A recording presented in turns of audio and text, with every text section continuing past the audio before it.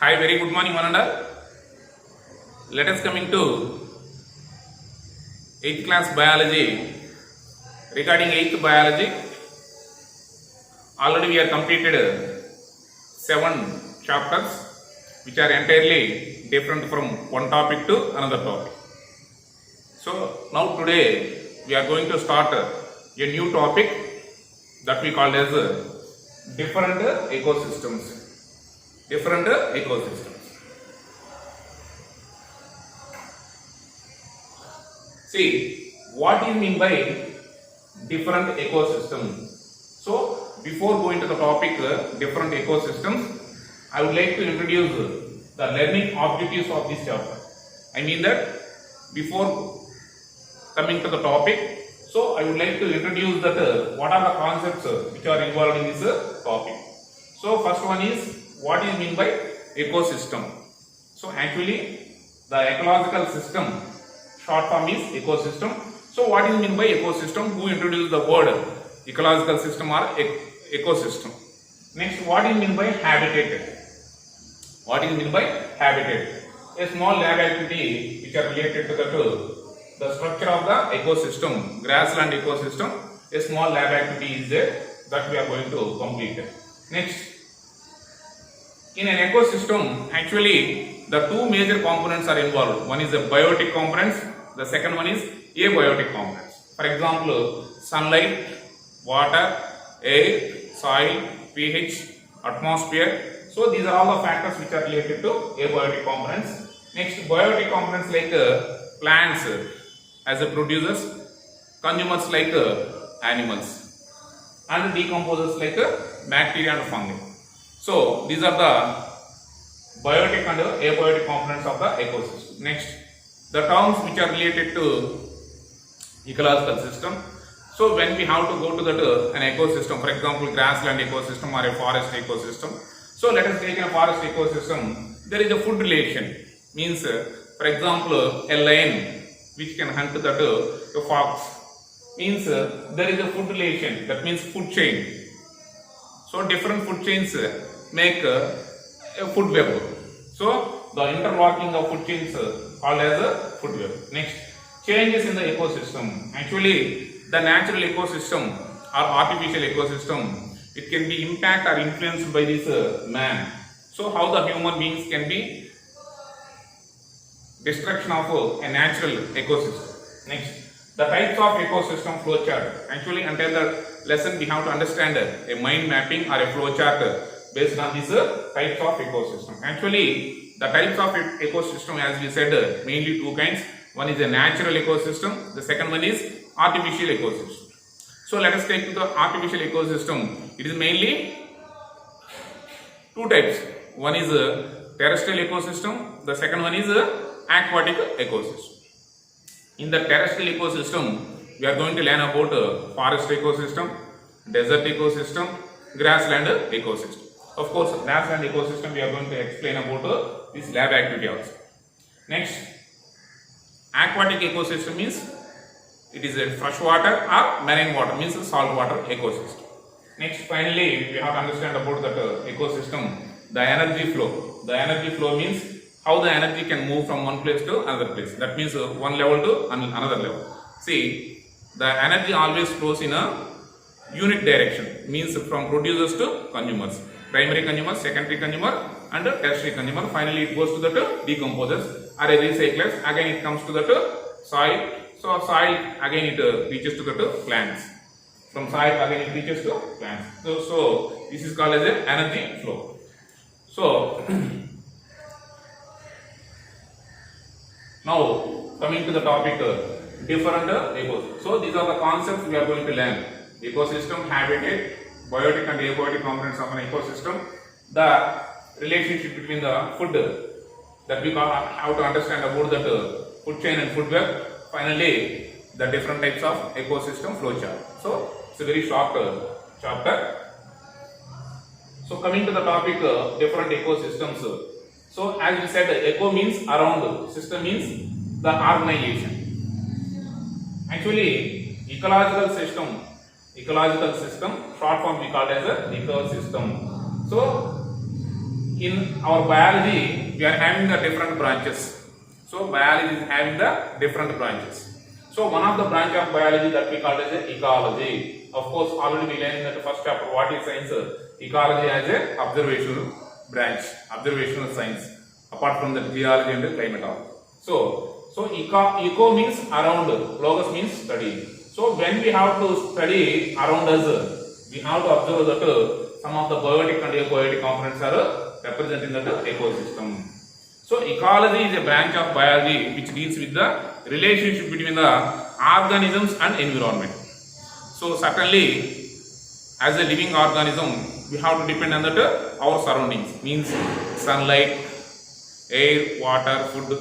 So these are the non-living things which can be impact the living organisms. So this is the relationship between the organisms and the environment.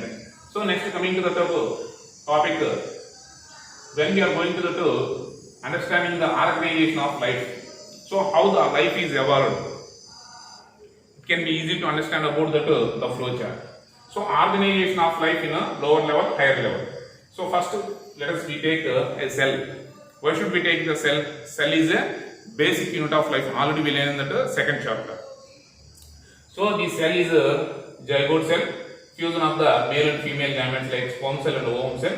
It results to the formation of zygote. So the fertilizer ovum that we call as a zygote cell multiplied by the cell division, and it forms to the number of cells, a group of cells which are having a similar structure and similar function that we call as a tissues. Tissues forms the organs. Organs forms the organ systems.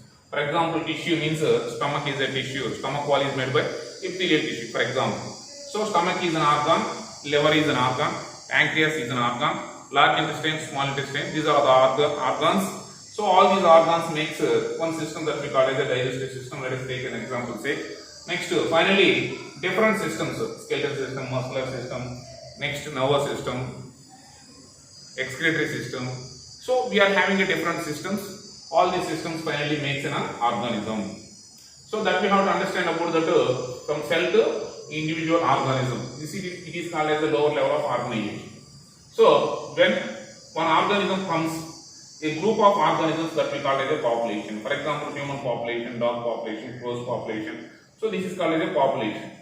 So different types of populations are living in a particular area that we call as a community. So this community is a part of an ecosystem. For example, say we are having to take a terrestrial ecosystem, means a grassland ecosystem, or a forest, or a desert, or caves, or mountains. So we are having the different ecosystems which are present in the nature. So I mean that ecosystem is the unit of the nature. So see, ecological system or ecosystems, how it comes. So ecosystems are the unit of nature. Finally, different ecosystems makes the biome or biosphere. Apart from the lithosphere, hydrosphere, atmosphere, biosphere, all together makes a universe of life. So this is the organization of life from the simple to complex, like lower to higher level. Next, finally, we are moving to the last concept. Before coming to the topic, different ecosystems, I would like to explain about the meaning of habitat and ecosystem. So what is mean by habitat? What is mean by ecosystem? Which is the big one when compared to other one? See, habitat means not habitat. Habitat means the natural living places, the natural living areas of organisms are called as habitat. For example, water is a habitat for aquatic organisms. A big banyan tree is a habitat for many other species like ants, birds. So this is called as a habitat. So habitat means the dwelling place for plants and animals is called as a habitat.